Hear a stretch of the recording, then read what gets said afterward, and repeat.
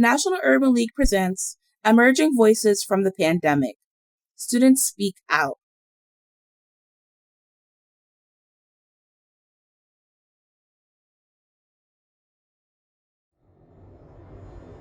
Across the United States, students like me were able to tell our stories about learning during the COVID-19 pandemic. Connected students ask the questions, while disconnected and reconnected students share their lived experiences. There's a lot to learn from us. Are you ready?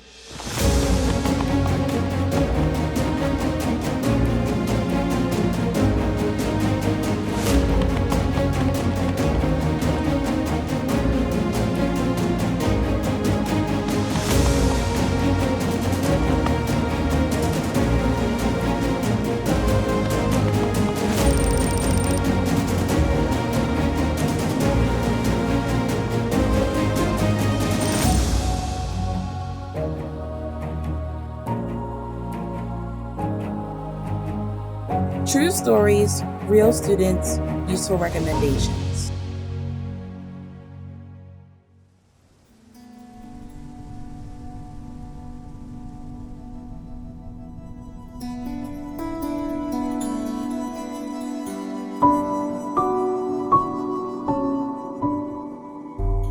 We just recently had a huge struggle with the global pandemic. How has your learning been affected because of this?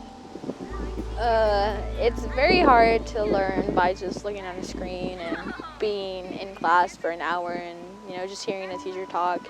Before it was super engaging. Maybe they'd make you play a game and walk around or do something with your desk mate. It was just always something new and different, and it just felt like the same. It just felt like you would just look at the screen and they might be doing a presentation or they might be making you take notes, and it was something that I really couldn't learn off of, and it was just very hard, and especially since none of the classmates would participate. No cameras on, they don't even speak, they just kind of go in the comments, and we know most of them can turn on the mic, they just don't want to. So it's just very hard learning that way and feeling like you're a part of the class.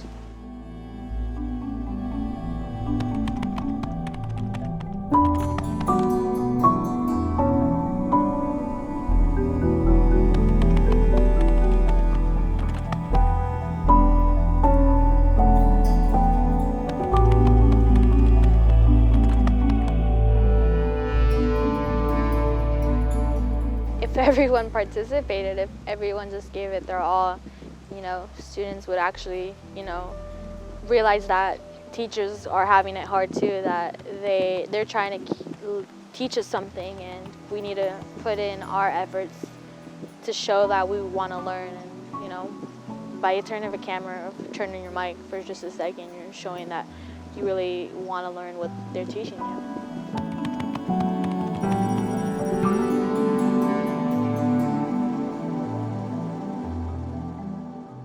Why do you think most of your peers don't turn on their camera or participate as much in class? It's kind of like a domino effect, because I'm gonna be honest, I don't turn on my camera, but it's kind of because they don't turn on their cameras, so I see that no one's participating, so that kind of tells me like, oh, I guess I won't participate, like I won't turn on my camera, they're not doing it. Yeah, definitely. And I mean, that makes sense, because it's like you don't want to be the odd one out that's turning on their camera when everybody else has them off. I feel weird when I'm like there and no one else is. But do you think that turning on your camera would help students be more engaged and learn better even remotely? Yes, because in class you see people, like there's at least 10 people that you see, and when it's virtually, it's just I see black screens, I see names. I don't know most of the people that are in my classes right now, and when I had to go to school to take a in-person test, I was like, who are these people? I've never seen them. All I knew them by was their black screen and their name, so it was weird. Did you feel that you were prepared for remote learning? No way. No. When it all started, in March, they told us about it. Everyone was making a joke about it, like, oh, we have a vacation, 2 weeks tops. Everyone's like, oh, we're gonna go back to school in April. It didn't happen, and school was virtual the rest of the time, and we didn't really have to sign in. So it's kind of like no one put in the effort. And that's when like I first started becoming disconnected, when they told us like, you don't really have to do this, you don't have to do this, you know, it's just passing or failing. Those were the grades back then.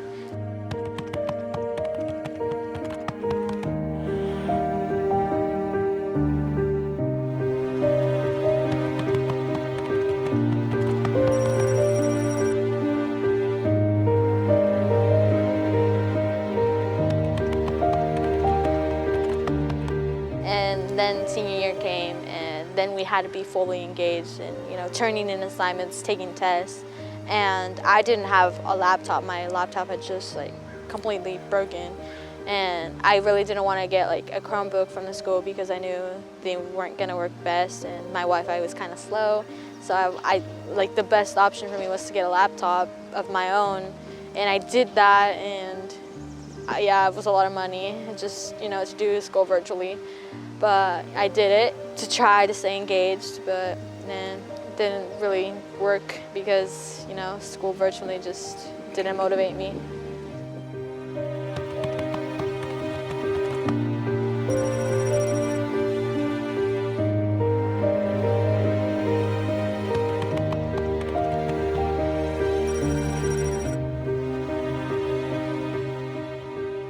Were you involved in any extracurricular activities in school before COVID?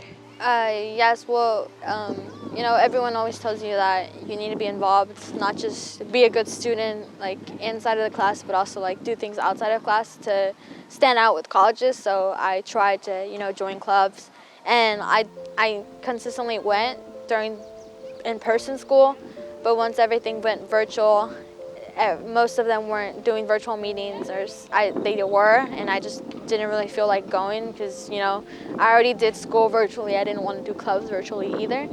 So I really just dropped almost every club.